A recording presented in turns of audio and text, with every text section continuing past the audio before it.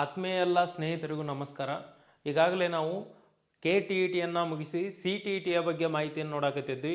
ಹಾಗಾದರೆ ಇಲ್ಲಿ central teacher recruitment ಬೋರ್ಡ್ನಿಂದ ಏನು ಬಂದೈತೆ ಅಂತಂದ್ರೆ CTET ಅನ್ನುವಂಥದ್ದು.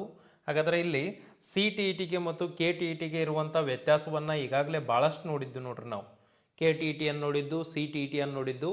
ಹಾಗಾದರೆ ಸರ್ ಇಲ್ಲಿ ನಿಮ್ಮ ಪ್ಯಾಟ್ರನ್ಗೂ, ಹಾಗಾದರೆ ಇಲ್ಲಿ ನೋಡ್ರಿ KTETಯ ಪ್ಯಾಟ್ರನ್ಗೂ ಅವ್ರ ಪ್ಯಾಟ್ರನ್ಗೂ ಒಂದು ಸ್ವಲ್ಪ ಡಿಫ್ರೆನ್ಸ್ ಇದೆ. ಅದಕ್ಕೋಸ್ಕರ ಇದನ್ನು ತೊಗೊಂಡಿದ್ದೀನಿ. ವೇಗವಾಗಿ ನೋಡ್ತಾ ಬರೋನು. ಏನಂತಂದಾಗ KTETಯನ್ನು ತೆಗೆದುಕೊಂಡಾಗ ನಮ್ಮದು ಮೊದಲನೇದು ನೋಡ್ರಿ ಹಂತ ಒಂದು ಏನಿತ್ತು ಅಂತಂದಾಗ ಇಲ್ಲಿ ನಿಮ್ಮ ಕನ್ನಡ ಭಾಷೆ ಇತ್ತು. ಹಂತ ಒಂದು ಕನ್ನಡ ಇತ್ತು, ಅಂದ್ರೆ ಫಸ್ಟ್ ಲ್ಯಾಂಗ್ವೇಜ್ ಇತ್ತು. ಫಸ್ಟ್ ಲ್ಯಾಂಗ್ವೇಜ್ ಆದಮೇಲೆ ಏನಿತ್ತು ಅಂತಂದ್ರೆ ನೋಡಿ ಲ್ಯಾಂಗ್ವೇಜ್ 1, ಲ್ಯಾಂಗ್ವೇಜ್ 2 ಇತ್ತು. ಇಲ್ಲಿ ನಾವು ಕನ್ನಡ ತೆಗೆದುಕೊಂಡಿದ್ರಿ, ಇಲ್ಲಿ ಇಂಗ್ಲೀಷ್ ತೆಗೆದುಕೊಂಡಿದ್ರಿ. ಏನು ಸಮಸ್ಯೆ ಇರಲಿಲ್ಲ. ಇಲ್ಲಿ 30 ಅಂಕ, ಇಲ್ಲಿ 30 ಅಂಕ, 60 ಅಂಕ ಆಗ್ತಿತ್ತು.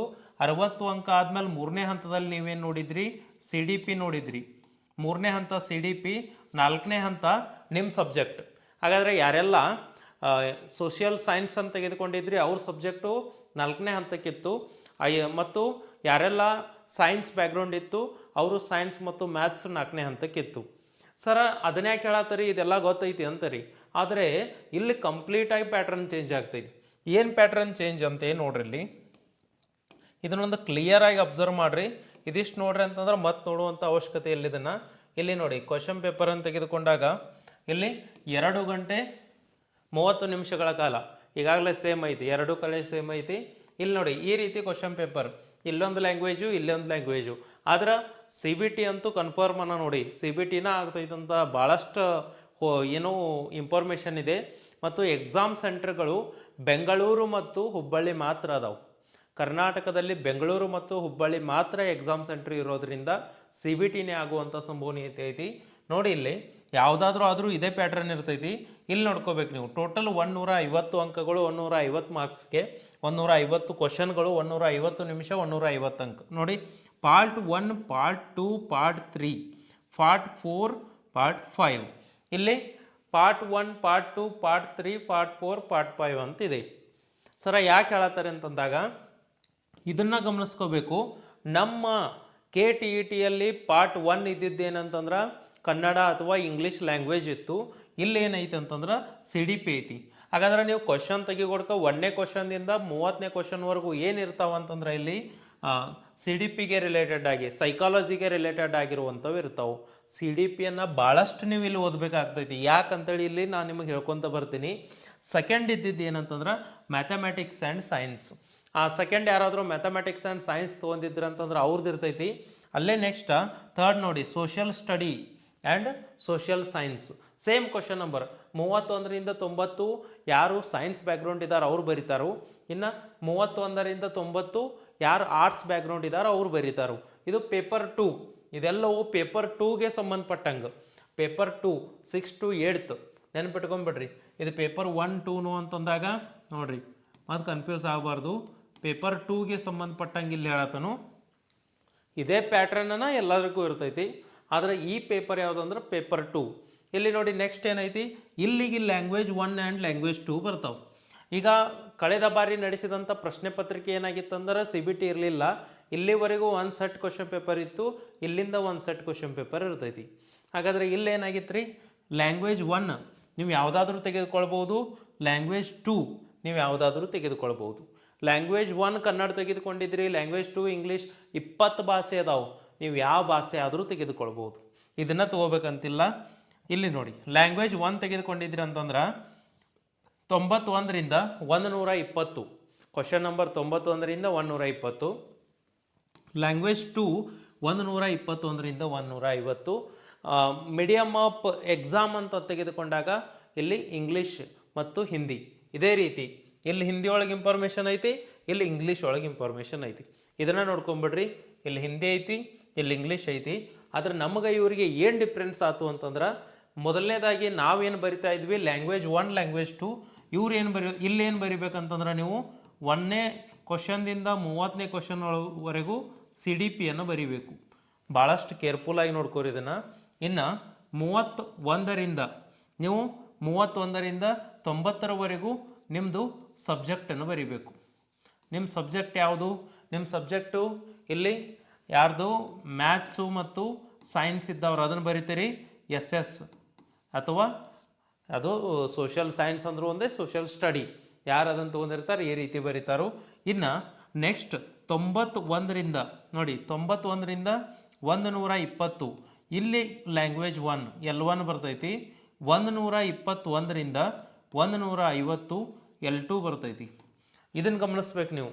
ಸುಮ್ಮನೆ ನೀವು ಏನಂತಂದಾಗ ಇಲ್ಲಿ ಪ್ಯಾಟ್ರನ್ ಹಿಂಗೆ ಐತಿ ಅಂತ ಅದು ಹಂಗೆ ಇರ್ತೈತೆ ಅಂತಲ್ಲ, ನೀವು ನೋಡ್ಕೋಬೇಕಾಗ್ತೈತಿ. ಎಕ್ಸಾಮ್ ಪ್ಯಾಟರ್ನ್ ಚೇಂಜ್ ಆಗ್ತಿರ್ತೈತಿ. ಅದಕ್ಕೋಸ್ಕರ ಸ್ಟೇಟ್ದು ಮತ್ತು ಸೆಂಟ್ರಲ್ದು ಈ ರೀತಿ ಚೇಂಜ್ ಇರುವಂಥದ್ದು. ಈ ಪ್ಯಾಟ್ರನ್ ಬಗ್ಗೆ ನಿಮಗೆ ಕ್ಲಿಯರಾಗಿ ಗೊತ್ತಾಯ್ತು ಅಂತ ತಿಳ್ಕೊತೀನಿ. ನೋಡಿ ನೆಕ್ಸ್ಟ್ ಇಲ್ಲಿ ಚಾಲೋ ಆಯ್ತು ನೋಡಿ, ಇಲ್ಲಿಂದ ಪ್ರಶ್ನೆ ಪತ್ರಿಕೆ ಚಾಲೋ ಆಗ್ತೈತಿ.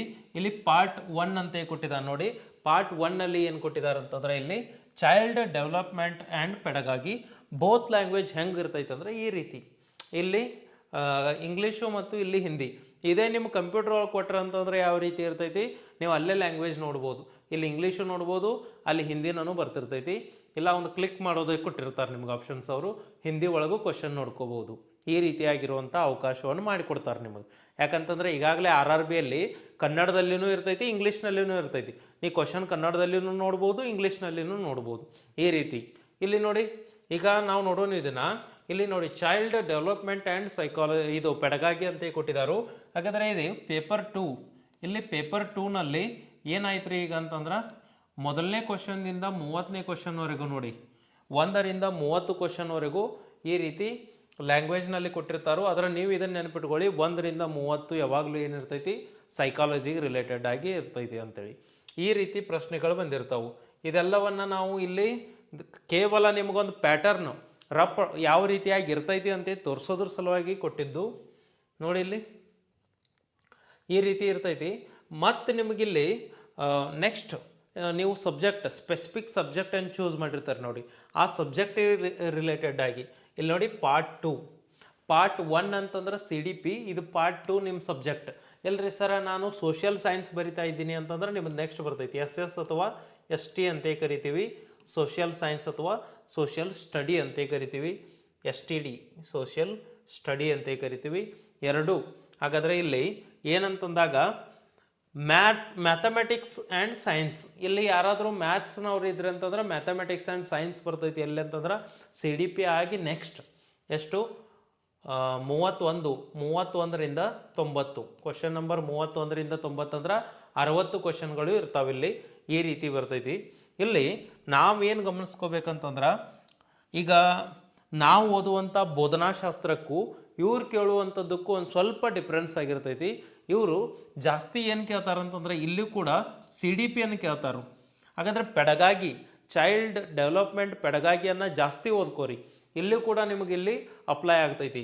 ಯಾಕಂದ್ರೆ 15 ಮಾರ್ಕ್ಸ್, ಈ 15 ಮಾರ್ಕ್ಸನ್ನು ಏನಾಗ್ತೈತಿ ಅಂತಂದ್ರೆ ಅಲ್ಲಿ ಓದಿದ್ದನೇ ಇಲ್ಲಿ ವರ್ಕೌಟ್ ಆಗ್ತೈತಿ.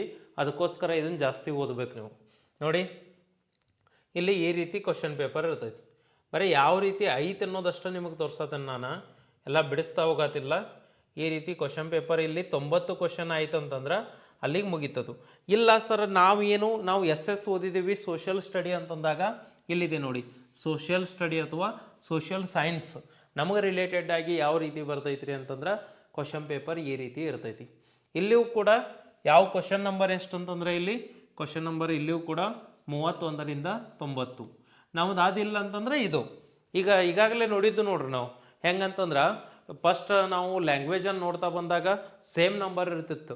ಒಂದೇ ಲ್ಯಾಂಗ್ವೇಜ್ ನಾವು ಕನ್ನಡ ತೆಗೆದುಕೊಂಡಿದ್ದೀವಿ ಅಂದರೆ ಕನ್ನಡಕ್ಕೂ ಅದೇ ನಂಬರ್, ಇಂಗ್ಲೀಷ್ಗೂ ಹಿಂದಿಗೂ ಸಂಸ್ಕೃತ ಉರ್ದು ಈ ರೀತಿ ಇತ್ತು. ಅದೇ ರೀತಿ ನಮಗಿಲ್ಲಿ ಸೋಷಿಯಲ್ ಸ್ಟಡಿ ನೀವು ಹೋಗಿ ಅಲ್ಲಿ ಹಿಂದಿ ಅಂತ ಏನೋ ಮ್ಯಾಥಮೆಟಿಕ್ಸ್ ಅಂತಲ್ಲ, ಸೋಷಿಯಲ್ ಸ್ಟಡಿ ಇರ್ತೈತಿ. ಸೋಷಿಯಲ್ ಸ್ಟಡಿಗೆ ನೀವು ಇದನ್ನು ಮಾಡಬೇಕಾಗ್ತೈತಿ. ಹಾಗಾದರೆ ನೋಡ್ರಿ ಇಲ್ಲಿ ಯಾವ ರೀತಿ ಕ್ವಶನ್ ಪೇಪರ್ ಇರ್ತೈತೆ ಅಂತಂದ್ರೆ ಈ ರೀತಿ ಬೈ ಲ್ಯಾಂಗ್ವೇಜ್ ಆಗಿ ಇರ್ತೈತಿ ನೋಡ್ರಿ. ಎರಡೂ ಕಡೆ ಕ್ವಶನ್ ಐತಿ. ಇದು ಈ ಮುಂಚಿನ ಪ್ಯಾಟರ್ನ್ ಇದೇ ರೀತಿ ಏನಾಗ್ತಿತ್ತು ಅಂತಂದ್ರೆ ಅವರು OMRನಲ್ಲಿ ಕೊಡ್ತಾಯಿದ್ರು. ಈಗ CBT ಕೊಟ್ರಂದ್ರೆ ನಿಮ್ಗೆ ಒಂದ್ಸಲ ಸ್ಕ್ರೀನ್ ಮೇಲೆ ಒಂದೇ ಕ್ವಶನ್ ಕಾಣ್ತಿರ್ತೈತಿ. ಈಚ್ ಟೈಮ್ ಒಂದೇ ಕ್ವಶನ್. ಇಲ್ಲಿ ಏನು ತೊಂದರೆ ಐತೆ ಅಂತಂದ್ರೆ ನೀವು ಇದನ್ನು ಗಮನಿಸ್ಕೋರಿ, ನಮ್ಮ ಸ್ಟೇಟ್ ನಡೆಸುವಂತಹ ಏನು KTET ಇದೆ, ಈ ಕ್ವಶನ್ಸ್ಗೂ ಡಿಫ್ರೆನ್ಸ್ ಏನಂತ ನೋಡ್ಕೋರಿ.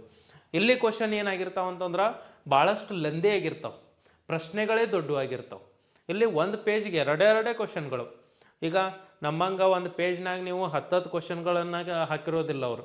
ಒಂದು ಪೇಜ್ಗೆ ಎರಡೇ ಕ್ವಶನ್ ಏನಂತಂದ್ರೆ ಭಾಳಷ್ಟು ಲೆಂದಿ ಆಗಿರುವಂಥವು. ಅದಕ್ಕೋಸ್ಕರ ಡೆಪ್ತಾಗಿ ಓದಬೇಕು, ಕ್ಲಿಯರಾಗಿ ಓದ್ಕೋಬೇಕು. ಈಸಿ ಇರ್ತೈತಿ, ಲೆಂದಿ ಇರ್ತೈತಿ, ದೊಡ್ಡ ಇರ್ತಾವೆ. ಹಾಗಾಗಿ ಇದನ್ನು ನೀವೇನು ಮಾಡ್ಕೋಬೇಕಂತಂದ್ರೆ ಒಂದು ಸ್ವಲ್ಪ ಇದನ್ನು ತಿಳ್ಕೊಂಡು ಕಾಸು ನೀವು ಬರೆಯೋದು ಭಾಳಷ್ಟು ಬೆಟರ್ ಅಂತ ಹೇಳ್ಬೋದು. ಅದೇ ಇರ್ತೈತಿ. ಈಗ ನೋಡಿ, ಇಲ್ಲಿ ಸಮುದ್ರಗುಪ್ತನ ಬಗ್ಗೆ ಕೊಟ್ಟಿದ್ದಾರೆ.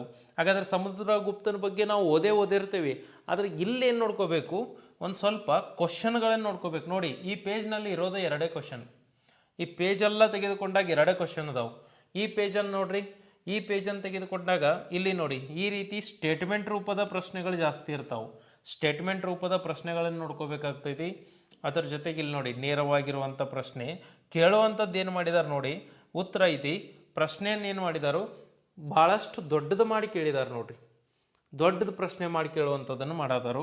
ಅದಕ್ಕೋಸ್ಕರ ಇದನ್ನೆಲ್ಲ ನೋಡೋನು, ಬಿಡಿಸ್ಕೊಂತ ಹೋಗೋನು. ಆದರೆ ಇಲ್ಲಿ ಮೊದಲು ಏನು ನೋಡ್ಕೋಬೇಕಂತಂದ್ರೆ ಯಾವ ರೀತಿ ಕ್ವಶನ್ ಪ್ಯಾಟ್ರನ್ ಇದೆ ಅಂತೆ ಅನ್ನೋದನ್ನು ನೋಡಬೇಕಾಗೈತಿ. ನೋಡಿ, ನೀವು ಈಗಾಗಲೇ ನೋಡ್ಬೋದು, ಇಲ್ಲಿ ಕ್ವಶನ್ ಪ್ಯಾಟ್ರನ್ನನ್ನು ನೋಡ್ತಾ ಬರ್ಬೋದು. ನೋಡಿ, ಇಲ್ಲಿ ಈ ರೀತಿಯಾಗಿರುವಂಥದ್ದು ಇರ್ತೈತಿ. ಜಸ್ಟ್ ನಿಮಗೇನಂತಂದ್ರೆ ಒಂದು ಐಡಿಯಾ ನಿಮಗೆ ಗೊತ್ತಾಗಬೇಕು. ಈಗ ನಾವು ಎಕ್ಸಾಮ್ ಬರೆಯತ್ತೇವೆ ಅಂತಂದ್ರೆ ಹುಚ್ಚುಚ್ಚರಂಗೆ ಬರೆಯೋದಲ್ಲ. ಇಲ್ಲಿ ನೋಡಿ, ನೆಕ್ಸ್ಟ್ ಬರೋದನ್ನ ಏನಂತಂದ್ರೆ ಲ್ಯಾಂಗ್ವೇಜ್. ಈಗಾಗಲೇ ನಾವು ಇಂಗ್ಲೀಷನ್ನು ನೋಡ್ತಾ ಬಂದಾಗ ಪಾರ್ಟ್ 4ನಲ್ಲಿ ಇಲ್ಲಿ ಇಂಗ್ಲೀಷ್ ಅಂತಿದೆ. ಇಲ್ಲ ನೀವೇನಂತೀರಿ, ಸರ್ ನಾ ಇಲ್ಲಿ ಏನು ತೆಗೆದುಕೊಂಡಿದ್ದೀನಿ ಅಂತಂದ್ರೆ ಕನ್ನಡ ತೆಗೆದುಕೊಂಡಿದ್ದೀನಿ ಅಂತೀರಿ. ಹಾಗಾದರೆ ಇಲ್ಲಿ ನೀವು ಕನ್ನಡ ತೆಗೆದುಕೊಳ್ಳಿ, ಇಂಗ್ಲೀಷರ ತೆಗೆದುಕೊಳ್ಳಿ. ಇಲ್ಲಿ 91ರಿಂದ 120, 91ರಿಂದ 120 ಏನಾಗಿರ್ತಾವೆ ಅಂತಂದರೆ ಇಲ್ಲಿ ಲ್ಯಾಂಗ್ವೇಜ್ 1 ಆಗಿರ್ತಾವೆ. ಲ್ಯಾಂಗ್ವೇಜ್ 1ನಲ್ಲಿ ಸಪೋಸ್ ನೀವು ಇಲ್ಲಿ ಇಂಗ್ಲೀಷ್ ತೆಗೆದುಕೊಂಡಿದ್ರಿ ಅಂತಂದ್ರೆ ಗಮನಿಸ್ಬೇಕು ನೀವು, ಇಲ್ಲಿ ಒಂದು ಪ್ಯಾಸೇಜ್ ಕೊಟ್ಟಿರ್ತಾರೋ 91ರಿಂದ 99, question number 91 to 99 passage regarding the passage ಕೊಟ್ಟಿರ್ತಾರೋ. ಪ್ಯಾಸೇಜ್ನಲ್ಲಿ ನೀವೇನು ಮಾಡ್ಬೋದು ಅಂತಂದ್ರೆ ಇಲ್ಲಿ ಓದಿ ಕಾಸು ಇದನ್ನು ಈಗಾಗಲೇ ನಿಮಗೆ ಗೊತ್ತೈತಿ. ಇದನ್ನು ಓದಿ ಅಂಡರ್ಸ್ಟುಡ್ ಮಾಡ್ಕೊಂಡು ಇದನ್ನೇನು ಮಾಡ್ಬೇಕಂತಂದ್ರೆ ಕ್ವಶನ್ ಆನ್ಸರ್ ಮಾಡ್ತಾ ಬರಬೇಕು. ಇನ್ನೊಂದು 2 ಪ್ಯಾಸೇಜ್ ಕೊಟ್ಟಿರ್ತಾರೆ ಇಲ್ಲಿ. ಅಲ್ಲಿ ಹೆಂಗೆ ನಮಗೊಂದು ಪೋಯಮ್ ಅದು ಕೊಟ್ಟು ಇನ್ನೊಂದು ಗದ್ಯ ಒಂದು ಪದ್ಯ ಅನ್ನು ಕೊಟ್ಟಿರ್ತಾರೋ, ಅದೇ ರೀತಿ ಇಲ್ಲಿ ಕೂಡ 2 ಕೊಟ್ಟಿರ್ತಾರೋ. 2 ಗದ್ಯವನ್ನು ಕೊಡ್ಬೋದು ಇಲ್ಲಿ. ಆದರೆ ಅವ್ರದ್ದು ಏನು ಯಾವ ರೀತಿ ಕೊಟ್ಟಿರ್ತಾರಂತ ಇಲ್ಲಿ ನೋಡ್ಕೋಬೇಕು ನೀವು. ಜಸ್ಟ್ ಅಬ್ಸರ್ವ್ ಮಾಡ್ರಿ ಇದನ್ನು. ಈ ರೀತಿ ಇಲ್ಲಿ ಕ್ವಶನನ್ನು ಕೊಟ್ಟು ಇದನ್ನು ಓದಿ ಇಲ್ಲಿ ಆನ್ಸರ್ ಮಾಡಿ ಅಂತ ಕೊಟ್ಟಿರ್ತಾರೆ. ಅದೇ ರೀತಿ ಇಲ್ಲಿ ನಮಗೆ ಯಾವ ರೀತಿ ಪ್ಯಾಟ್ರನ್ ಇದೆ ಅದೇ ಪ್ಯಾಟ್ರನ್ನಲ್ಲಿ ಇಲ್ಲಿ ಕೊಟ್ಟಿದ್ದಾರೆ. ನೆಕ್ಸ್ಟ್ ಲ್ಯಾಂಗ್ವೇಜ್ 2, ಇದು ಲ್ಯಾಂಗ್ವೇಜ್ 1ನಲ್ಲಿ ಹಿಂದಿ ಒಂದು ಕೊಟ್ಟಿದ್ದಾರೆ ಇವರು. ಇಂಗ್ಲೀಷ್ ಆದರೂ ಹಿಂದಿ ಆದರೂ ಅಂತೇಳಿ ಆ ರೀತಿ ಇರಲಿ ಅಂಥೇಳಿ ಒಂದು ಮಾಡೆಲ್ ಆಗಿ ಕೊಟ್ಟಿದ್ದಾರೆ. ಇಲ್ಲಿ ನಾವು ಕನ್ನಡ ತೆಗೆದುಕೊಂಡಿದ್ದು ಅಂದರೆ ಕನ್ನಡ ಇರ್ತೈತಿ, ಇಂಗ್ಲೀಷ್ ತೆಗೆದುಕೊಂಡಿದ್ರೆ ಇಂಗ್ಲೀಷ್ ಇರ್ತೈತಿ. ಇಲ್ಲಿ ನೋಡಿರಿ, ನೆಕ್ಸ್ಟ್ ಲ್ಯಾಂಗ್ವೇಜ್ ಮತ್ತು ಲ್ಯಾಂಗ್ವೇಜ್ 2 ಅಂತ ಕೊಟ್ಟಿದ್ದಾನೆ. ಇಲ್ಲಿ ನೀವು ಫಸ್ಟ್ ಲ್ಯಾಂಗ್ವೇಜ್ನಲ್ಲಿ ಕನ್ನಡ ತೆಗೆದುಕೊಂಡು ಸೆಕೆಂಡ್ ಲ್ಯಾಂಗ್ವೇಜ್ನಲ್ಲಿ ಇಂಗ್ಲೀಷ್ ತೆಗೆದುಕೊಂಡಿದ್ರಿ ಅಂತಂದ್ರೆ 121ದಿಂದ 150 ಇಲ್ಲಿಗೆ ಮುಗೀತು ನಮ್ಮದು. ಏನು ನೋಡ್ಕೊಂಡು ನಾವಿಲ್ಲಿ ಇದನ್ನು ನೋಡಿ, ಮತ್ತು ಅದೇ ಬಂತು ಇಂಗ್ಲೀಷು. ಇಲ್ಲಿ ನೋಡ್ಬೇಕು ನಾವು, ಇಲ್ಲಿ ಒಂದು ಪ್ಯಾಸೇಜ್ ಕೊಟ್ಟಿದ್ದಾನು, ಪ್ಯಾಸೇಜ್ ಕೊಟ್ಟು ಕ್ವಶನ್ಸನ್ನು ಕೇಳಿದಾರು. ನೆಕ್ಸ್ಟ್ ಮತ್ತೊಂದು ಪ್ಯಾಸೇಜ್ ಕೊಡ್ತಾರೆ, ಇದೊಂದು ಪ್ಯಾಸೇಜ್ ಕೊಟ್ಟು ಕ್ವಶನ್ ಅದಾವು. ನೆಕ್ಸ್ಟ್ ಇಲ್ಲಿ ಇನ್ನೊಂದು ಇದೆ ನೋಡಿ, ಇಲ್ಲಿ ಮತ್ತೊಂದು ಪ್ಯಾಸೇಜ್ ಇದೆ. ಈ ಪ್ಯಾಸೇಜಿಗೆ ರಿಲೇಟೆಡ್ ಆಗಿ ಮತ್ತೇನು ಮಾಡಿದ್ದಾರೆ ಅಂತಂದರೆ ಇಲ್ಲಿ ಕ್ವಶನ್ಸನ್ನು ಕೇಳಿದ್ದಾರೆ. ಸೇಮ್ ಅಲ್ಲಿ ಹಂಗೆ ಅದೇ ರೀತಿ ನಾವು ಈಗಾಗಲೇ ಬಿಡಿಸಿದ್ದೀವಿ, ಅದೇ ರೀತಿಯಾಗಿರುವಂಥ ಪ್ಯಾಟರ್ನೇ ಇರ್ತೈತಿ. ಇಲ್ಲಿ ಏನಂತಂದಾಗ ನಿಮ್ಗೆ ರಫ್ ವರ್ಕಿಗೆ ಇಲ್ಲೂ ಕೂಡ ಸ್ಪೇಸ್ ಕೊಟ್ಟಿರ್ತಾರೋ, ಆ ರಫ್ ವರ್ಕ್ನಲ್ಲೇ ಅದನ್ನು ಮಾಡ್ಬೋದು ನೀವು. ಇಲ್ಲಿ ನೀವು ಗಮನಿಸಬೇಕಾಗಿರೋದು ಏನಂತಂದರೆ ಇದನ್ನು ನೋಡ್ಕೊಳ್ಳಿ. ನೀವು KTET ಅಂತ ತಲೆಯಾಗಿಟ್ಕೊಂಡು ಹೋಗಕ್ಕೆ ಹೋಗ್ಬೇಡ್ರಿ. ಇಲ್ಲಿ KTET ಅಂತ ತಲೆಯಾಗಿಟ್ಕೊಂಡು ಕಾಸು ಹೋಗುವಂಥ ಕೆಲಸವನ್ನು ಮಾಡಬಾರ್ದು. CTET ಓದಾತಾರೆ ಅಂತಂದ್ರೆ ಪ್ಯಾಟರ್ನನ್ನು ಕ್ಲಿಯರಾಗಿ ನೆನ್ಪಿಟ್ಕೊಳ್ಳಿ. ಏನಂತಂದಾಗ ಇಲ್ಲಿ part 1, part 2 and part 3, part 4 ಇಲ್ಲಿ ಈ ರೀತಿ 4 ಹಂತ. ನಾ ಮ್ಯಾಥ್ಸ್ ಬಿಟ್ಟು ಮ್ಯಾಥ್ಸ್ ಅಂತ ತೆಗೆದುಕೊಂಡ್ರೆ ಅದನ್ನೂ ಒಂದು ತೊಗೊಂಡು ಹೇಳ್ಬಿಡೋ ನೋಡಿ. ಪಾರ್ಟ್ 5 ನೋಡಿ, ಇಲ್ಲಿ ಪಾರ್ಟ್ 1 ಅಂತೂ CDP ಬಂತು. ಈ CDP ಏನಾಗಿರ್ತೈತಿ 1 to 1ನೇ ಕ್ವಶನ್ದಿಂದ 30ನೇ ಕ್ವಶನ್ವರೆಗೂ ಇರ್ತೈತಿ. ಪಾರ್ಟ್ 2ನಲ್ಲಿ ಏನು ಬರ್ತೈತೆ ಅಂತಂದ್ರೆ ಒಂದು ಮ್ಯಾಥ್ಸು, ಇನ್ನೊಂದು ಸೈನ್ಸು. ಅದು 31ದಿಂದ ಯಾವುದು 90 31 90. ನೆಕ್ಸ್ಟ್ ನೋಡಿ ಇಲ್ಲಿ ಪಾರ್ಟ್ 3ನಲ್ಲಿ ಸೋಷಿಯಲ್ ಸೈನ್ಸ್ ಅಥವಾ ಸೋಷಿಯಲ್ ಸ್ಟಡಿ 31 90.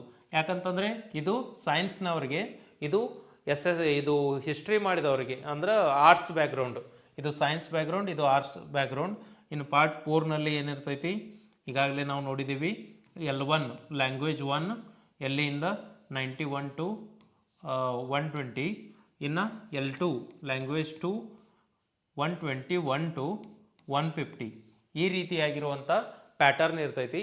ಈ ರೀತಿಯ ಪ್ಯಾಟರ್ನನ್ನು ನೀವು ನೋಡ್ಕೋಬೇಕು. ಇದಿಷ್ಟೇ, ಮತ್ತೇನು ಇದರಲ್ಲಿ ಏನು ಬದಲಾವಣೆ ಇರೋದಿಲ್ಲ, ಏನಿರೋದಿಲ್ಲ. ಇದೊಂದಿಷ್ಟು ಇರ್ತೈತಿ. ಸಪೋಸ್ ಬಂತಂತಂದ್ರೆ CBT ಎನ್ನುವಂಥ ಪ್ರಶ್ನೆ ಪತ್ರಿಕೆ ಬರ್ತೈತಿ. ಅದು ಬಂತಂತಂದ್ರೆ ಇಲ್ಲಿ ಈಗಾಗಲೇ ಎಕ್ಸಾಮ್ ಸೆಂಟರ್ ಕೊಟ್ಟಿದ್ದಾರೆ, ಒಂದು ಬೆಂಗಳೂರು, ಇನ್ನೊಂದು ಹುಬ್ಬಳ್ಳಿ. ಇವಿಷ್ಟು ನೆನಪಿಡ್ಬೇಕು ನೀವು. ಇಲ್ಲಿ ಇದು 150 ಮಾರ್ಕ್ಸ್ಗೆ. ಇನ್ನು ಇದಕ್ಕೆ ರಿಲೇಟೆಡ್ ಆಗಿ ಇರುವಂಥ ಇನ್ನೊಂದು ಯಾವುದು ಅಂತಂದ್ರೆ ಕನ್ನಡ ಮತ್ತು ಇಂಗ್ಲೀಷ್, ಆ ಕ್ವಶನ್ ಪೇಪರ್ ಯಾವ ರೀತಿ ಇರ್ತೈತಿ ಅದನ್ನೊಂದು ನೋಡೋಣ. ಕನ್ನಡ ಕ್ವಶನ್ ಪೇಪರ್ ಲ್ಯಾಂಗ್ವೇಜ್ 1 ಆಗಲಿ, ಲ್ಯಾಂಗ್ವೇಜ್ 2 ಆಗಲಿ, ಇಂಗ್ಲೀಷ್ ಅಂತೂ ನೋಡಿದ್ದೀವಿ. ಕನ್ನಡ ಯಾವ ರೀತಿ ಇರ್ತೈತಿ ಅಂತ ನೋಡೋಣ. ನೋಡಿ ಗಮನಿಸ್ರಿ, ಇಲ್ಲಿ ಲ್ಯಾಂಗ್ವೇಜ್ ಕೋಡ್ ಅಂತ ಇರುತ್ತೆ ನೋಡಿ. ಅದು ಒಂದು ಲ್ಯಾಂಗ್ವೇಜ್ ಕೋಡ್ ಆಗಿರುತ್ತೆ. ಆ ಲ್ಯಾಂಗ್ವೇಜ್ ಕೋಡ್ನಿಂದ ನೀವು ಕಂಡುಹಿಡಿತೀರಿ ನೀವು ಯಾವ ಲ್ಯಾಂಗ್ವೇಜ್ ತೆಗೆದುಕೊಂಡಿದ್ದೀರಿ ಅಂತ. ಇದನ್ನು ನೋಟಿಫಿಕೇಷನಲ್ಲಿ ಕೊಟ್ಟಿದ್ದಾರೆ ನೋಡಿರಿ. ಪ್ರತಿಯೊಂದು ಭಾಷೆಗೂ ಒಂದೊಂದು ಲ್ಯಾಂಗ್ವೇಜ್ ಕೋಡ್ ಅಂತ ಕೊಟ್ಟಿದ್ದಾರೆ. ಅಲ್ಲಿ ಚೂಸ್ ಮಾಡಿರ್ತೀರಿ ನೀವು, ನಿಮಗೆ ಗೊತ್ತಾಗ್ತೈತಿ. ಇಲ್ಲಿ ನೋಡಿ ಈ ರೀತಿ ಇನ್ಸ್ಟ್ರಕ್ಷನ್ ಇದೆ.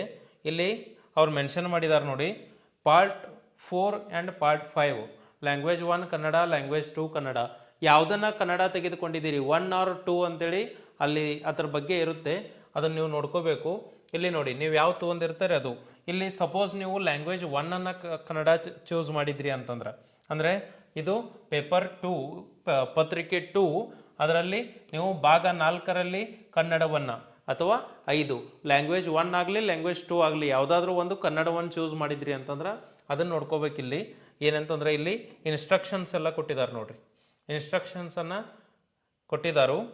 ಇಲ್ಲಿ ಏನಾದರೂ ಕನ್ನಡದಲ್ಲಿ ತೊಂದರೆ ಇತ್ತಂತಂದ್ರೆ ಇಲ್ಲಿ ನೋಡಿ ಭಾಷೆ 4, ಇಲ್ಲಿ 4 ಮತ್ತು 5 ಉತ್ತರವನ್ನು ತಾವು ಆಯ್ದುಕೊಂಡ ಭಾಷೆಯಲ್ಲೇ ಉತ್ತರಿಸಬೇಕು ಅಂತ ಕೊಟ್ಟಿದ್ದಾರೆ. ಇದನ್ನು ನೋಡ್ಕೋಬೇಕು ನೀವು. ಇಲ್ಲಿ ಈ ಪ್ರಶ್ನೆ ಪತ್ರಿಕೆಯು ಮುಖ್ಯ ಪ್ರಶ್ನೆ ಪುಸ್ತಕ ರೂಪದ ಪ್ರತಿಯಾಗಿದ್ದು ಇದು 4, ಹಾಗಾದ್ರೆ ಭಾಷೆ 1 ಅಥವಾ ಭಾಷೆ 2 ಕನ್ನಡ ಭಾಷೆಯಲ್ಲಿ ಉತ್ತರಿಸಲು ಆಯ್ಕೆಗೊಂಡ ಅಭ್ಯರ್ಥಿಗೆ ಅನ್ವಯವಾಗುವಂತೆ ರೆಡಿ ಮಾಡಿಕೊಟ್ಟಿರ್ತಾರೆ ಅಂತ ಕೊಟ್ಟಿದ್ದಾರೆ. ಇನ್ನು 2ನೇ ಪಾಯಿಂಟನ್ನು ನೋಡ್ಕೋರಿ. ಇಲ್ಲಿ ಅಭ್ಯರ್ಥಿಗಳು ಮುಖ್ಯ ಪ್ರಶ್ನೆ ಪುಸ್ತಕೆಯ ಭಾಗ 1, ಭಾಗ 2, ಭಾಗ 3 ಅವಶ್ಯಕವಾಗಿ ಉತ್ತರಿಸಬೇಕು. ಈಗಾಗಲೇ ಕೊಟ್ಟಂಥ ಪಾರ್ಟ್ 1, ಪಾರ್ಟ್ 2, ಪಾರ್ಟ್ 3 ಅವನ್ನೆಲ್ಲ ಉತ್ತರಿಸ್ಕೊಂಡು ಬರಬೇಕು. ಇವರು ಬಂದ ಮೇಲೆ ಇಲ್ಲಿ ಉತ್ತರಿಸಬೇಕು. ಮತ್ತು ಪೂರಕ ಪ್ರಶ್ನೆ ಪುಸ್ತಕೆಯಿಂದ ಭಾಗ 4, ಭಾಗ 5 ತಾವು ಆಯ್ದುಕೊಂಡ ಭಾಗದಲ್ಲಿ ಉತ್ತರಿಸಬೇಕು. ಭಾಗ 5, 4, 5 ಇಂಗ್ಲಿಷ್ ಮತ್ತು ಹಿಂದಿ ಭಾಷೆಯ ಪ್ರಶ್ನೆಗಳನ್ನು ಮುಖ್ಯ ಪ್ರಶ್ನೆ ಪುಸ್ತಕದಲ್ಲಿ ಕೊಡಲಾಗಿದೆ. ಇತರ ಪೂರಕ ಭಾಷೆಗಳನ್ನು ಬೇರೆಯಾಗಿ ಕೇಳಿ ಪಡೆಯಬಹುದು ಅಂತ ಕೊಟ್ಟಿದ್ದಾರೆ. ಈಗ ಹಿಂದೆ ಆ ರೀತಿಯಾಗಿತ್ತು. ಏನು ಮಾಡ್ತಿದ್ರು ಅಂತಂದ್ರೆ 3 ಒಂದರೊಳಗೆ ಕೊಟ್ಟ ಇದನ್ನು ಆಮೇಲೆ ಕೊಡ್ತಾ ಇದ್ರು. ಈ ರೀತಿ ಅದನ್ನು ಪಡಿಬೇಕಾಗಿತ್ತು. ನೀವು ಕಪ್ಪು ಮತ್ತು ನೀಲಿ ಬಾಲ್ ಪೆನ್ನನ್ನು ಯೂಸ್ ಮಾಡಬೇಕು. ನಿಮ್ಗೆ ಈಗಾಗಲೇ ಗೊತ್ತೈತಿ ಇದ್ರ ಬಗ್ಗೆ ಎಲ್ಲ. ಇಲ್ಲಿ ನೋಡಿ ನಾವು ನೇರವಾಗಿ ಏನು ನೋಡ್ತಾ ಹೋಗೋಣ ಅಂತಂದ್ರೆ ಭಾಷೆ 1 ಅಥವಾ 2 ಯಾವುದಾದ್ರೂ ತೆಗೆದುಕೊಳ್ಳಿ. 1 ಅಥವಾ 2 ತೆಗೆದುಕೊಂಡಾಗ ಕ್ವಶನ್ ಪೇಪರ್ ಯಾವ ರೀತಿ ಇರ್ತೈತಿ, ನಿಮ್ಮ ಮುಖ್ಯ ಪ್ರಶ್ನೆನೇ ಇದೈತಿ. ಇಲ್ಲಿ ಭಾಷೆ 1 ತೆಗೆದುಕೊಂಡಾಗ ಪ್ರಶ್ನೆ ಪತ್ರಿಕೆ ಯಾವುದೈತಿ ಅಂತ ನೋಡ್ತಾ ಹೋಗೋಣ ನೋಡ್ರಿ. ಇಲ್ಲಿ ನಾವು ಈಗಾಗಲೇ ಗಮನಿಸಿದ್ದೀವಿ ಏನಂತಂದಾಗ ಕನ್ನಡದಲ್ಲಿನೂ ಎದ ಮಾದರಿಯಲ್ಲಿ ಏನಿರ್ತಿತ್ತು, ಪ್ಯಾಸೇಜ್ ಇರ್ತಿತ್ತು. ಆದರೆ ಇಲ್ಲಿ ಬರುವಂಥ ಪ್ಯಾಸೇಜ್ ಏನಾಗಿರ್ತೈತಿ ಅಂತಂದ್ರೆ ಕನ್ನಡಕ್ಕೆ ಕಂಪೇರ್ ಮಾಡಿದ್ರೆ ಸ್ವಲ್ಪ ದೊಡ್ಡದು. ನಮ್ಮ ಪ್ಯಾಸೇಜನ್ನು ನೋಡಿದಾಗ ಇದು ಪ್ಯಾಸೇಜ್ ಒಂದು ಸ್ವಲ್ಪ ದೊಡ್ಡದು ಅನ್ನಿಸ್ತೈತಿ, ಆದರೆ ಅಷ್ಟೇ ಇರ್ತೈತಿ. ಇಲ್ಲಿ ಏನಾಗಿರ್ತಾವ ಅಂತಂದ್ರೆ ಅಕ್ಷರಗಳನ್ನ ದೊಡ್ಡ ಮಾಡಿ 2 ಭಾಗ ಮಾಡಿ ಕೊಟ್ಟಿರ್ತಾರೋ, ಅದಕ್ಕೆ ಆ ರೀತಿ ಅನ್ನಿಸ್ತೈತಿ. ಇಲ್ಲಿ ಒಂದು ಪ್ಯಾಸೇಜ್ ಕೊಟ್ಟಿದ್ದಾರೆ. ಇದಕ್ಕೆ ಸಂಬಂಧಪಟ್ಟಂಗೆ ಏನಂತಂದ್ರೆ ಇಲ್ಲಿ ಕ್ವಶನ್ಗಳನ್ನು ಕೊಟ್ಟಿದ್ದಾರೆ. ಈಗಾಗಲೇ ನೋಡಿದೆವು ನಾವು. ನಮ್ಮಲ್ಲೇನು ಏನಾಗಿರ್ತಿತ್ತು ಅಂತಂದ್ರೆ ಸಂಬಂಧಪಟ್ಟಂಗೆ ಕ್ವಶನ್ಗಳು ಇರ್ತಿದ್ದು, ಗ್ರಾಮರು ಇರ್ತಿತ್ತು. ಇಲ್ಲಿ ಎಲ್ಲಿ ಗ್ರಾಮರ್ ಐತಿ ಅಂತ ನೋಡ್ತಾ ಹೋದಾಗ ನೋಡಿ, ನಿಶ್ಚಿತ ಪದದ ಅರ್ಥವೇನು ಅಂತ ಕೊಟ್ಟಿದ್ದಾನೆ. ನಿಶ್ಚಿತ ಅಂತಂದ್ರೆ ಅದರ ಅರ್ಥವೇನು? ಹೊಂದುವುದು, ಭರವಸೆ, ಅಂತಿಮ, ಖಚಿತ. ನೋಡಿ ನಿಶ್ಚಿತ ಅಂತಂದಾಗ ಖಚಿತ ಅನ್ನುವಂಥ ಪದ ಬರ್ತೈತಿ. ಇಲ್ಲಿ ಅದರ ಅರ್ಥ ಕೇಳಿದಾರು. ಇಲ್ಲಿ ನೋಡಿ ಬಸನಕೊಪ್ಪ. ಬಸನಕೊಪ್ಪ ಇದರಲ್ಲಿ ಇರುವಂಥ ವಿಭಕ್ತಿ ಪ್ರತ್ಯಯ ಕೇಳಿದಾರೆ ನೋಡ್ರಿ. ಬಸನಕೊಪ್ಪ, ಇದರಲ್ಲಿ ಬಸನಕೊಪ್ಪದಲ್ಲಿ, ಅಲ್ಲಿ ಅನ್ನುವಂಥ ವಿಭಕ್ತಿ ಪ್ರತ್ಯಯವನ್ನು ಕೇಳಿದಾರು. ನೆಕ್ಸ್ಟ್ ಲೇಖಕನು ಆತ್ಮಕಥನ ಬರವಣಿಗೆಯ ಸ್ವರೂಪವನ್ನು ಯಾವುದಕ್ಕೆ ಹೋಲಿಸಿದ್ದಾನೆ ಅಂತೇಳಿ ಮತ್ತು ಕ್ವಶನ್ದೊಳಗಿಂದ ಕೇಳಿದ್ದಾರೆ ಈ ರೀತಿ ನೋಡಿ ಇಲ್ಲಿ. ಹಾಗಾದರೆ ಇಲ್ಲಿ ಇದೇನು ಭಾಳ ಡಿಫಿಕಲ್ಟ್ ಇರೋದಿಲ್ಲ, ನೀವು ತಿಳ್ಕೊಂಕಸ್ ಬರೆದ್ರಿ ಅಂತಂದ್ರೆ ಭಾಳಷ್ಟು ಈಸಿ. ಒಂದು ಪದ್ಯವನ್ನು ಕೊಟ್ಟಿದ್ದಾರೆ ನೋಡಿ, ಒಂದು ಗದ್ಯವನ್ನು ಕೊಟ್ಟರು, ನಂತರದಲ್ಲಿ ಒಂದು ಪದ್ಯವನ್ನು ಕೊಟ್ಟಿದ್ದಾರೆ, ಆ ಪದ್ಯದ ಮೇಲೆ ಕ್ವಶನನ್ನು ಕೇಳಿದಾರು, ಮತ್ತೆ ವಿಭಕ್ತಿ ಪ್ರತ್ಯಯ ಎಷ್ಟು ಚಂದ ಕೊಟ್ಟಿದ್ದಾರೆ ನೋಡ್ರಿ. ಇದೇ ಪ್ರಶ್ನೆ ಪತ್ರಿಕೆಯಲ್ಲಿ ಎರಡೆರಡು ವಿಭಕ್ತಿ ಪ್ರತ್ಯಯ ಕನ್ನಡಕ್ಕೆ ಕಂಪೇರ್ ಮಾಡ್ರೆ ನಮ್ಮ KTETಯಲ್ಲಿ ಇಲ್ಲಿ ಸೇಮ್ ಇರ್ತೈತಿ. ಇದು ಏನಂತಂದಾಗ ತಿಳ್ಕೊಂಡು ಬರೆದ್ರೆ ಅಂದ್ರೆ ಭಾಳಷ್ಟು ಈಸಿ ಆಗ್ತೈತಿ ಅಂತ ನೋಡ್ಬೋದು. ನೆಕ್ಸ್ಟ್ ನೋಡ್ರಿ ಇಲ್ಲಿ ಇಲ್ಲೇನ ಕ್ವಶನ್ಗಳನ್ನು ಕೊಟ್ಕೊತ ಹೋಗಿದ್ದಾರೆ ನೋಡಿ, ಅದಕ್ಕೆ ಸಂಬಂಧಪಟ್ಟಂಗೆ ಕ್ವಶನ್ಗಳನ್ನು ಕೊಟ್ಟಿದ್ದಾರೆ ಮತ್ತು ಭಿನ್ನವಾಗಿರುವಂಥ ರೀತಿಯಲ್ಲಿ ಮತ್ತೊಂದಿಷ್ಟು ಪ್ರಶ್ನೆಗಳು ಬರ್ತಾ ಹೋಗ್ತಾವು. ಇಲ್ಲಿ ನೋಡಿ, ತ್ರಿಭಾಷಾ ಸೂತ್ರದನ್ವಯ ಮೂರನೆಯ ಭಾಷೆ ಯಾವುದು ಅಂತೇಳಿ ಅಲ್ಲಿ ಏನಾದರೂ ಕೊಟ್ಟಿದ್ದು ಅದ್ರ ಮ್ಯಾಲೆ ಕೇಳ್ಬೋದು. ಹಾಗಾಗಿ ನೋಡ್ರಿ, ಇದನ್ನೆಲ್ಲ ನೋಡ್ಕೊತ ಹೋಗ್ಬೇಕು ನಾವು. ಏನು ಡಿಫಿಕಲ್ಟ್ ಇಲ್ಲ, ನೀವು ಓದಿರಿ ಅಂತಂದ್ರೆ ನಿಮಗೆ ಭಾಳಷ್ಟು ಈಸಿ ಆಗ್ತೈತಿ, ಓದಲಿಲ್ಲ ಅಂತಂದ್ರೆ ಭಾಳಷ್ಟು ಡಿಫಿಕಲ್ಟ್ ಆಗ್ತೈತಿ. ನೋಡಿ ಎಷ್ಟು ಈಸಿಯಾಗಿ ಇದ್ರ ಬಗ್ಗೆ ಎಲ್ಲ ಮಾಹಿತಿಯನ್ನು ಹೇಳ್ತಾ ಬಂದಿದ್ದಾರು. ಇನ್ನು ಅದೇ ಭಾಷೆಗೆ ಸಂಬಂಧಪಟ್ಟಂಗೆ ಮತ್ತಷ್ಟು ಏನು ಪೆಡಗಾಗಿ ಅಂತ ಕರಿತೀವಿ ನೋಡ್ರಿ, ಅದಕ್ಕೆ ಸಂಬಂಧಪಟ್ಟಂಗೆ ಒಂದಿಷ್ಟು ಕ್ವಶನ್ಗಳು ನೋಡಿ. ಇಲ್ಲಿ ಏನು ಕೊಟ್ಟಿದ್ದಾರೆ ನೋಡ್ರಿ, ಮುದ್ರಣದ ಶ್ರೀಮಂತಿಕೆಯ ವಾತಾವರಣವು ಡ್ಯಾಶ್ ಮತ್ತು ಡ್ಯಾಶ್ ಕಲಿಕೆಯ ಸಂಘಟಿತ ಭಾಗವಾಗಿದೆ. ಹಾಗಾದರೆ ಅಲ್ಲಿ ಕೇಳುವಂಥ ಪ್ರಶ್ನೆ ಆ ಟೈಪೇ ಇರ್ತಾವೆ, ಒಂದು ಸ್ವಲ್ಪ ಚೇಂಜ್. ಒಂದು ಸಂಪನ್ಮೂಲವಾಗಿ ಭಾಷಿಕತೆ ಎಂದರೆ ಅಂತ ಕೇಳಿದರು. ನಿಮ್ಮ ಕ್ಲಾಸಿನಲ್ಲಿ ಅಂತರ್ ಎನ್ನುವ ದೃಷ್ಟಿಮಾಂದ್ಯ ವಿದ್ಯಾರ್ಥಿ ಇದ್ದಾನೆ. ಭಾಷಾ ಅಧ್ಯಾಪಿಕೆಯಾಗಿ ನೀವು ಏನು ಮಾಡ್ತೀರಿ? ಒಬ್ಬ ಯಾರದಾನಂತಂದ್ರೆ ದೃಷ್ಟಿಮಾಂದ್ಯ ಕಣ್ಣು ಕಾಣದಂಥ ವಿದ್ಯಾರ್ಥಿ ಅದಾನು. ಹಾಗಾದರೆ ನೀವು ಭಾಷಾ ಅಧ್ಯಾಪಕಿಯಾಗಿ ನೀವೇನು ಮಾಡ್ತೀರಿ? ಆದರೆ ಇಲ್ಲಿ ಟ್ರಾನ್ಸ್ಲೇಟ್ ಒಂದು ಸ್ವಲ್ಪ ಮಿಸ್ಟೇಕ್ ಮಾಡ್ತಾರೆ ಅವರು ನೋಡಿ, ಭಾಷಾ ಅಧ್ಯಾಪಿಕೆ ಆಗಿ ಅಂತೇಳಿ. ಯಾಕಂದ್ರೆ ಅಲ್ಲಿ ಟ್ರಾನ್ಸ್ಲೇಟ್ ಆಗ್ತಿರ್ತಾವು, ಅದಕ್ಕೋಸ್ಕರ ಒಂದು ಸ್ವಲ್ಪ ನೀವು ನೋಡ್ಕೋಬೇಕಾಗ್ತೈತಿ. ನಿಮ್ಮ ಕ್ಲಾಸ್ನಲ್ಲಿ ಅಂತರ್ ಎನ್ನುವಂಥ ಒಬ್ಬ ಹುಡುಗದಾನ, ಅಂತರಾವಲೋಕನ ಅದು ಅಲ್ಲ, ಅಂತರ್ ಅವನ ಹೆಸರದ. ದೃಷ್ಟಿಮಾಂದ್ಯ ಅಂದರೆ ಕಣ್ಣು ಕಾಣಿಸ್ತಂತಾವು. ಅವ್ನು ನೀವು ಏನು ಮಾಡ್ತೀರಿ? ಅಭ್ಯಾಸಕ್ಕಾಗಿ ವಿವಿಧ ಬಗೆಯ ಕಾರ್ಯಚಟುವಟಿಕೆಯ ಸೀಟ್ಗಳನ್ನು ಕೊಡುವುದರ ಕಡೆಗೆ ಗಮನ ಹರಿಸುತ್ತೀರಿ. ಅವ್ನು ಕಣ್ಣೆ ಕಾಣೋದಿಲ್ಲ, ಹೆಂಗೆ ಮಾಡವ್ರು ನೀವು ಅಂತ ಕ್ವಶನ್ ಕೇಳಿದಾನ ನೋಡಿ. ಇಲ್ಲಿ ನಿಮ್ಮ ಕಲಿಸುವಿಕೆಯಲ್ಲಿ ಅನೇಕ ಬಗೆಯ ದೃಶ್ಯ ಸಾಧನಗಳನ್ನು ಉಪಯೋಗಿಸುತ್ತೀರಿ. ಅವ್ನು ಕಣ್ಣ ಕಾಣೋದಿಲ್ಲ, ದೃಶ್ಯ ಸಾಧನ ಉಪಯೋಗಿಸಿ ಏನು ಮಾಡವ್ರು ನೀವು? ಮತ್ತೆ ಹೇಳಿದ ನೋಡಿ, ಅನೇಕ ಬಗೆಯ ಹಾವಭಾವ ಹಾಗೂ ದೈಹಿಕ ಭಾಷೆಯನ್ನು ಪ್ರಯೋಗಿಸುತ್ತೀರಿ ನೋಡಿ. ಅವಂಗ ಕಣ್ಣ ಕಾಣ್ತಾ ಇಲ್ಲ, ಸ್ವರ ಶೈಲಿಯ ಬಳಕೆ ಹಾಗೂ ತಡೆದು ಸ್ಪಷ್ಟವಾಗಿ ಮಾತನಾಡುವುದು ಮತ್ತು ಸ್ಪರ್ಶಿಸುವ ಹಾಗೂ ಅನುಭವಿಸುವ ಸಾಮಗ್ರಿಗಳನ್ನು ಬಳಸುವುದನ್ನು ಮಾಡುತ್ತೀರಿ ನೋಡಿ. ನಿಮ್ಮ ಮುಂದೆ ಒಬ್ಬ ವಿದ್ಯಾರ್ಥಿ ಅದಾನು, ಅವನಿಗೆ ಕಣ್ಣ ಕಾಣೋದಿಲ್ಲ, ಅವ್ನು ನೀವು ಯಾವ ರೀತಿ ಕಲಿಸ್ತಾರಿ ಅಂತ ಕೇಳಿದಾರೆ. ಈ ಕಣ್ಣ ಕಾಣ್ದವನ ಮುಂದೆ ಎಷ್ಟು ಡ್ಯಾನ್ಸ್ ಮಾಡ್ರಿ ಏನು ಗೊತ್ತಾಗ್ತೈತಿ, ಎಷ್ಟು ಚಾಟ್ ಮಾಡ್ರಿ ಏನು ಗೊತ್ತಾಗ್ತೈತಿ. ಅವ್ನು ನೀವೇನು ಮಾಡಬೇಕು? ಧ್ವನಿಯ ಮೂಲಕ, ಸ್ವರಗಳ ಮೂಲಕ ಕಲಿಸ್ಬೇಕು, ಅವನಿಗೆ ಸ್ಪರ್ಶದ ಮೂಲಕ ಕಲಿಸ್ಬೇಕು. ಅದೇ ಅಲ್ರಿ ಒಬ್ಬ ಟೀಚರ್ ಆಗಿರೋವಂಥವ್ನ ಲಕ್ಷಣ ಏನು ಅಂತ ಕೇಳಿದಾರು. ಇದನ್ನು ಓದಿಕಾಸ್ ನಿಮಗೆ ಬರ್ಯಾಕೆ ಏನು ಹೋಗೋದೈತಿ? ಹಾಗಾದ್ರೆ ಭಾಳಷ್ಟು ಈಸಿ ಆಗಿರ್ತೈತಿ ಕನ್ನಡವನ್ನು ತೆಗೆದುಕೊಂಡಿದ್ದೀರಿ ಅಂತಂದ್ರೆ ಏನೂ ಡಿಫಿಕಲ್ಟ್ ಇಲ್ಲ. ನಿಮ್ಮ ಸಂಪೂರ್ಣವಾಗಿ ಕನ್ನಡದ ರಿಲೇಟೆಡ್ ಆಗಿನೂ ಕೂಡ ನಾವು ಕ್ಲಾಸ್ಗಳನ್ನು ಮಾಡ್ತೀವಿ, ನೀವು ಹೆದರೋ ಅವಶ್ಯಕತೆಯೇ ಇಲ್ಲ. CTETಯ ಬಗ್ಗೆ ಸಂಪೂರ್ಣವಾಗಿ ಇಲ್ಲಿ ಮಾಹಿತಿಗಳಂತೂ ಬರ್ತಾನೆ ಇರ್ತಾವೆ, ವಿಡಿಯೋಗಳು ಬರ್ತಾ ಇರ್ತಾವೆ, ನೀವು ನೋಡ್ರಿ. ನಿಮಗೋಸ್ಕರ ಇಲ್ಲಿ ನಾವು ಏನಂತಂದಾಗಿಲ್ಲಿ NCERT ಪುಸ್ತಕವನ್ನು ವಿಶ್ಲೇಷಣೆ ಮಾಡೋಣ ಮತ್ತು ಈ ರೀತಿಯ ಕ್ವಶನ್ಗಳನ್ನು ಕೂಡ ನಾನು ನಿಮಗೆ ಬಿಡಿಸಿ ಹೇಳ್ತಾ ಹೋಗ್ತೀನಿ. ಏನೂ ಡಿಫಿಕಲ್ಟ್ ಇಲ್ಲ ನೋಡ್ರಿ, ತಿಳ್ಕೊಂಡು ಓದಿರೋ ಭಾಳಷ್ಟು ಈಸಿ. ನೀವು ಪೇಪರ್ 2 ತೊಗೊಂಡಾರೆ ಅಂತಂದ್ರೆ ಯಾವ ರೀತಿ ಇರ್ತೈತೆ ನೋಡಿ.